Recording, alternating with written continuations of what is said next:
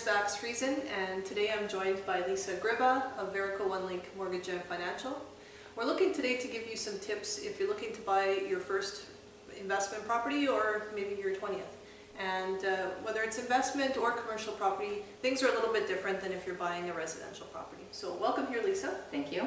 And what do you find when people come in and they're looking to find their first investment property, or again, maybe their 20th, that can be a bit of an issue for them, or things that they didn't consider? Right. So typically what we find is you have to do the application. So whether you're doing it on your own or you're doing it with a partner, we need to do the application either by yourself or joint with your partner that you're going to be investing with. The other thing is down payment on a rental property. We're looking for 20% down payment. And then we also have to consider lawyer fees on top of that. The other thing is when we're purchasing a rental property, often we have to be sensitive to rate, because often lenders want to add a surplus onto the rate, so just increase that interest rate a little bit. So we want to kind of shop around on your behalf to make sure that we're getting the best rate possible.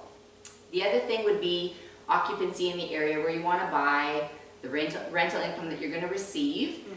With the rental income, a very important tip is a lot of people feel that whatever rental income they're going to get, we use 100% of that income, and we don't. Right. Depending on the lender, it's an offset of either 80% or 50%. So by that I mean, whatever the rental income is, let's say you got $1,000 a month, 80% rental offset, I actually pretend you're only getting $800. Right. And the reason why we do that is because we have to anticipate a vacancy rate. And if all of a sudden your rental suite would be empty, that you could still afford to make the payments on the mortgage, obviously. Yeah.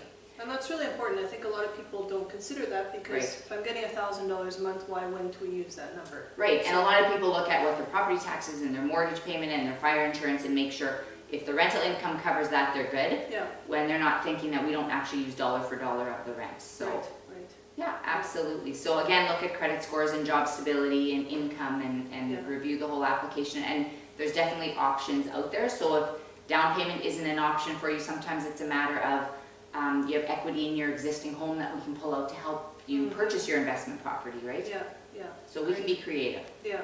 And it's always important too to make sure that you come into the mortgage broker's office well ahead of time before looking at the investment properties, just to make sure that you have all that taken care of and you don't need to worry about it. Absolutely. You have peace of mind, and you can go into making a competitive offer, and you feel that you've actually done your due diligence, right?